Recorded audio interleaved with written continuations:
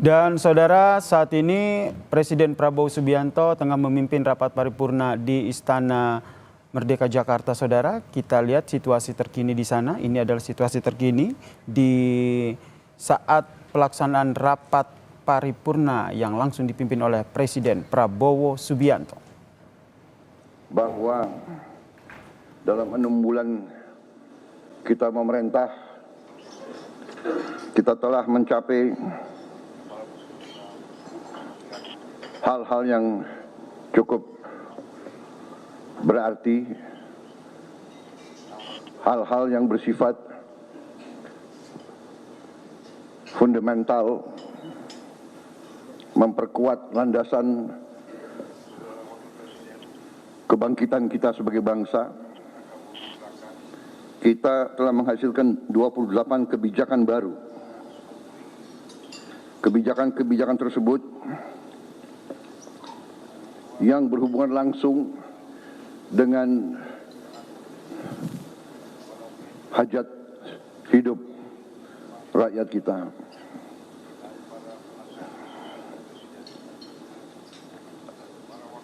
Hal-hal ini kita lakukan dalam waktu yang cukup singkat, yang tidak diperkirakan bahwa kita mampu mencapai itu dalam waktu yang singkat. Walaupun 28 kebijakan baru, namun produk-produk untuk mencapai kebijakan-kebijakan tersebut saya hitung mungkin lebih dari 100, bahkan mendekati 200. Jadi satu kebijakan mungkin membutuhkan beberapa produk.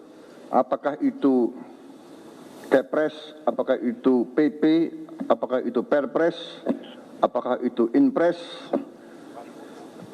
apakah itu sekedar hanya surat edaran. Tetapi inilah bagaimana kita menjalankan roda pemerintahan. Saudara-saudara sekalian, saya ingin kita secara objektif menilai diri kita.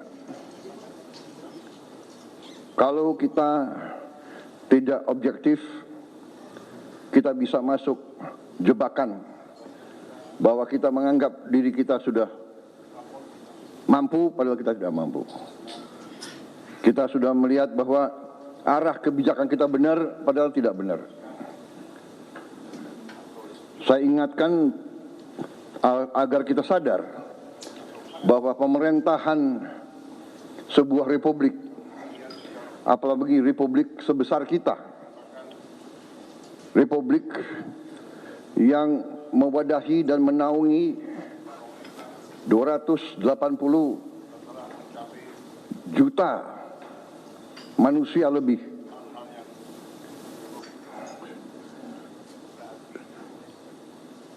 tidak bisa sembarangan. Bisa diibaratkan sebuah pendulum, di atas bergerak sedikit, tapi pendulum yang di bawah bergeraknya sangat lebar. Keputusan yang keliru di atas akibatnya tidak mudah bagi mereka yang paling di bawah. Kita harus ingat juga azimut sebuah kompas. Kita deviasi sedikit di awal, setelah kita berjalan beberapa ribu meter bahkan kilometer, itu deviasinya sangat besar. Di awal deviasi kita 1 derajat, di ujungnya sudah menyimpang jauh sekali. Saudara-saudara, dalam memerintah, saya ingatkan kepada kita sekalian bahwa sumber kekuasaan kita sumber wewenang kita adalah Undang-Undang Dasar Negara Republik Indonesia tahun 1945. Kita sering mengucap itu, kita sering menyatakan bahwa Pancasila adalah dasar negara dan kita selalu mengacu pada itu.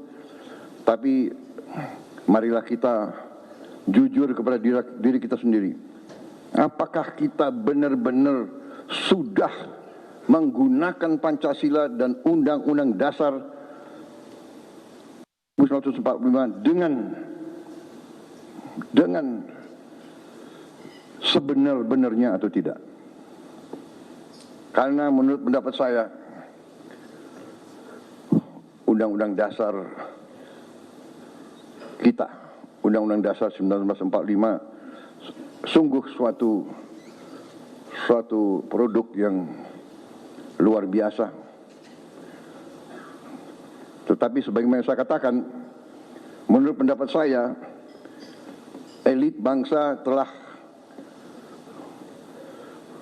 sadar atau tidak sadar deviasi daripada Undang-Undang Dasar 45.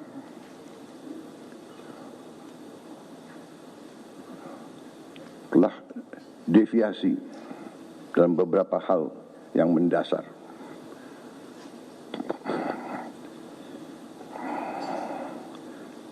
Kalau kita deviasi yang saya katakan, di awal penyimpangannya sedikit, di ujungnya penyimpangan yang besar.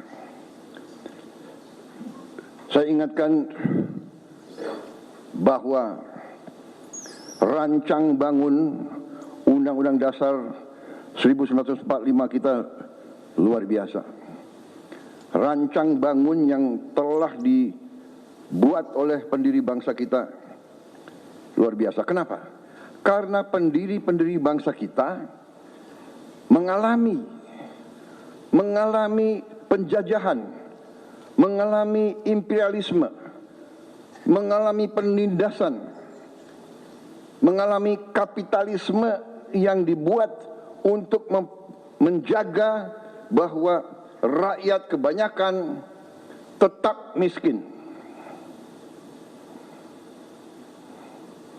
Pendiri-pendiri bangsa kita mengalami penjajahan imperialis, dua imperialis yang dialami, Barat, Belanda, dan Jepang.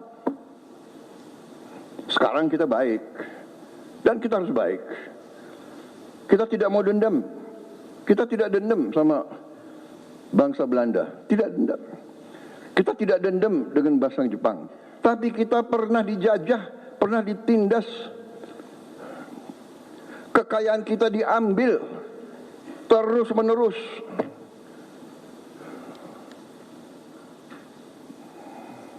Rakyat yang banyak dipertahankan agar tidak menikmati pendidikan, agar tidak boleh ikut dalam perdagangan. Rakyat kebanyakan suruh jadi buruh dengan upah murah, suruh jadi petani dengan penghasilan murah, rendah, suruh jadi nelayan. Ini harus kita ingat, saudara-saudara. Dan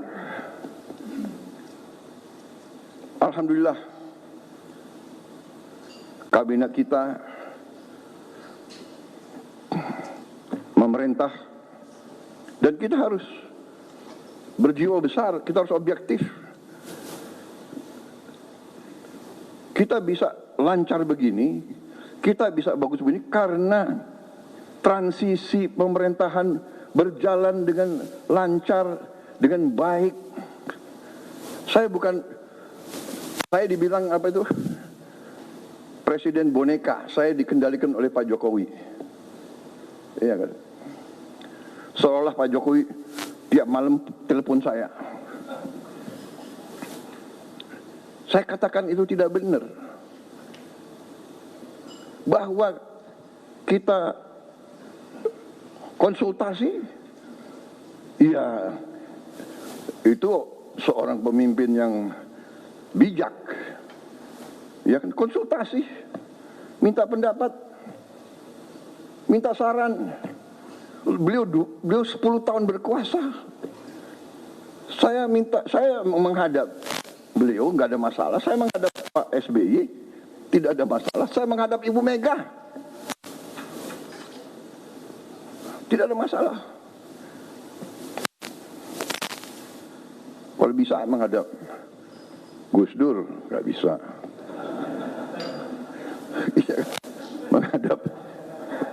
menghadap Pak Harto, iya kan, menghadap Bung Karno kalau bisa. Loh, minta pandangan, minta saran. Pak Jokowi berhasil 10 tahun, orang suka tidak suka. Masalah ijazah dipersoalkan. Nanti saya ditanya-tanya. Iya kan? Ini ada wartawan banyak ya. Bukan, saudara-saudara, ya. Kita ini di mana-mana saya katakan, dunia ini sedang penuh ketidakpastian. Ya. Dunia penuh dengan ketidakpastian. Kita rasakan sekarang. Kita rasakan, kita jujur, kita rasakan. Sekian puluh tahun kita menjadi the good boy. Iya kan? Ada negara yang besar, negara yang kuat. Bilang ke kiri, ya monggo. Bilang ke kanan, monggo. Kita ikut. World Bank kita ikut, IMF kita ikut. Ya kan? Tapi globalisasi, ya kita ikut. Tapi sekarang yang meninggalkan sistem yang mereka bangun, mereka sendiri. Free trade, monggo. Kita bingung jadinya. Yang dibilang Menteri Keuangan sedang di luar negeri ya. Sekarang ekonom-ekonom yang belajar sekian puluh tahun, sekarang harus belajar lagi. Prof, iya kan? Harus belajar lagi. Dan memang kita perlu belajar lagi. Tapi kalau saya, kita punya Undang-Undang Dasar 45 yang merancang itu, yang membentuk itu, mereka yang melihat dan merasakan, oh, imperialisme kayak begini, penjajahan kayak begini. Mengalami Belanda, Jepang, mengalami pergolakan 28 tahun kita merdeka, 28 tahun kita merdeka, tidak pernah berhenti dari campur tangan asing. Peristiwa Madiun, seolah itu komunis, ternyata yang membawa Musuh Semaun semua itu adalah Belanda. Difasilitasi oleh Belanda. Belanda kuasai Batavia, semua lapangan terbang dikuasai. Bagaimana dia bisa sampai Madiun? Terus DITI, dokumen keluar Belanda, bahkan bukan DITI, Snoek Hogronya juga Sandi Yuda, intelnya Belanda. Saudara-saudara, ini saya sampaikan terus karena kembali kita punya kekuatan Undang-Undang Dasar 45, khususnya di bidang ekonomi adalah pasal 33. Kalau disimak, setiap negara yang sedang bangkit punya semacam pasal 33. Jadi saudara-saudara, 6 bulan yang kita telah kerjakan, ternyata menurut saya kita boleh bangga dengan prestasi kita. Dan untuk itu saya ingin mengatakan bahwa sungguh-sungguh saya apresiasi, saya terima kasih kepada semua menteri, wakil menteri, kepala badan, wakil kepala badan dalam tim kita, dalam kabinet merah putih. Saya merasa Kita bisa mencapai ini karena kerjasama yang baik di antara kita. Saya merasakan teamwork. Dalam 6 bulan kita kabinet paripurna hanya 6 kali. Ratas-ratas juga tidak terlalu sering. Saya paham, sebagian dari Anda mungkin ketemu saya tidak sering yang kita inginkan. Tetapi hasil kita, hasil diskusi kita, hasil keputusan kita terwujud, terlaksana, dan dirasakan oleh rakyat Indonesia. Saudara-saudara, apa yang ingin saya sampaikan? Mari kita lihat dengan tolok ukur yang objektif, yang jelas. Salah satu tonggak pemerintahan di setiap negara adalah mampu atau tidak kita menjaga inflasi.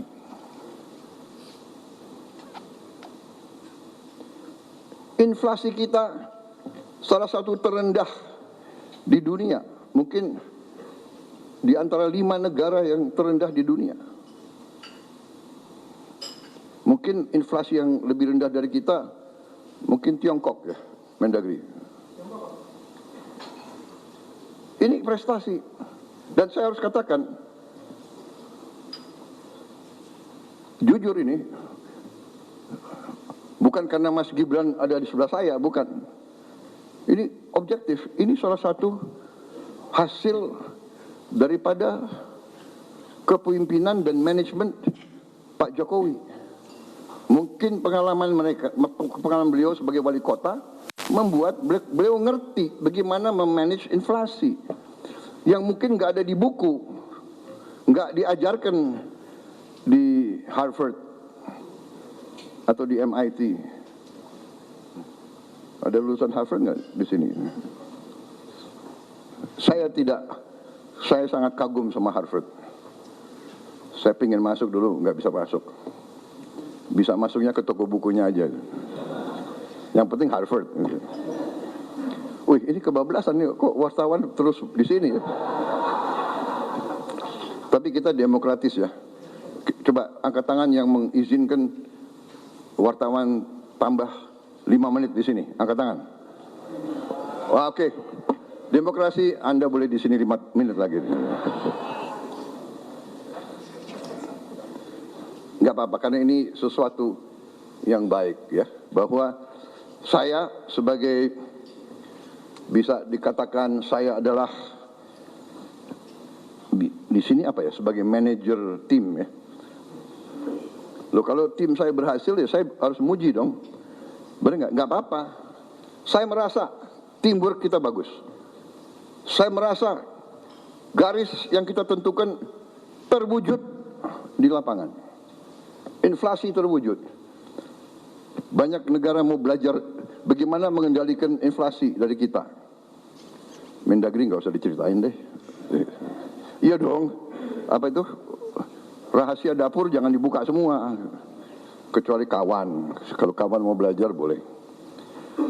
Saudara-saudara, yang kedua, tolok ukur yang bisa dirasakan, yang saya rasakan juga. Saya rasakan karena saya sudah lama jadi orang Indonesia. Dan saya waktu anak kecil, orang tua saya Menteri Perdagangan. Jadi saya lihat bagaimana setiap lebaran, setiap akhir tahun, orang tua saya tegang. Pak Mitro hitung, kumpulin setiap item, dicek, sampai Pak Mitro pernah di Tanjung Priok, di dermaga nungguin kapal. Pemerintah waktu itu mau intervensi karena krisis pangan, harga-harga juga menjulang sehingga pemerintah intervensi. Pemerintah bertindak menjamin di hari-hari kritis bahan-bahan tersedia. Dan sekarang pemerintah yang saya pimpin, saudara-saudara, berhasil menjaga stabilitas harga pangan di saat-saat yang selalu harga pangan kurang bisa dikendalikan. Akhir tahun, Natal, akhir tahun, dan Lebaran. Alhamdulillah, akhir tahun, Natal, dan Lebaran tahun ini, di masa pemerintahan kita, harga-harga aman, stok pangan tersedia. Ini pekerjaan saudara-saudara sekalian. Yang di lapangan kalian, yang ngecek harga kalian. Mudik berjalan dengan lancar. Saya dapat laporan mudik kita adalah sekarang terbaik sepanjang sejarah. Angka kecelakaan terendah sepanjang sejarah, turun 30%. Dan meningkat yang mudik, lebih besar dari tahun yang lalu. Ada kelompok-kelompok negatif yang, mudiknya berkurang. Kalau lancar dibilang mudiknya berkurang. Tidak, lancar karena pengendaliannya lancar. Dan ada keberanian ambil keputusan oleh menteri-menteri kita, oleh Kapolri, oleh Panglima TNI, oleh Menteri Perhubungan, memberi saran kepada saya, Pak, bisa nggak kita laksanakan work from everywhere? Ini baru juga ini saya kira. Di dunia ada work from everywhere. Orang Indonesia kalau kreatif boleh juga itu. Jadi mereka pulang sudah jauh sebelum libur. Kalau itu Indonesia semangat itu. Pulang sebelum libur. Tapi ini ya, ini keberanian ambil keputusan. Saya bilang, oke, saya ambil tanggung jawab, silakan. Jadi ini tolok ukur tonggak-tonggak yang bisa dirasakan.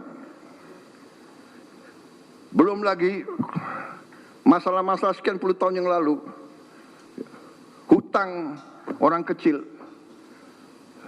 yang sebenarnya sudah dihapus oleh bank-bank masih dituntut. Jutaan petani kita, jutaan rakyat kecil kita tidak bisa pinjam lagi, terpaksa dia pinjam dari rentenir, dari pinjol, pinjaman online, rentenir yang gila, bunganya harian, luar biasa. Kita hapus, kita ambil tindakan-tindakan yang harus kita ambil dengan beberapa risiko. Tetap dalam kerangka pengendalian APBN yang prudent. Kita disiplin kepada diri kita sendiri. Kita menjaga bahwa kita pelihara defisit kita tetap 2,5% dari GDP kita. Tidak ada kewajiban. Uni Eropa saja yang lahir dengan angka tersebut dalam perjanjian Maastricht, ya. Tahun berapa itu? Maastricht, Pak Anggito? 2000 Saudara, itu tadi kita dengarkan pidato pembuka dari Presiden Prabowo Subianto saat memimpin sidang kabinet di Istana. Ada beberapa poin yang disampaikan, diantaranya adalah pemerintahan Prabowo Gibran ini telah mengeluarkan 28 kebijakan dan menyatakan bahwa transisi pemerintahan ini berjalan dengan baik. Selain itu ia juga meng-highlight terkait dengan pelaksanaan mudik yang berjalan dengan baik dengan indikator kecelakaan yang menurun.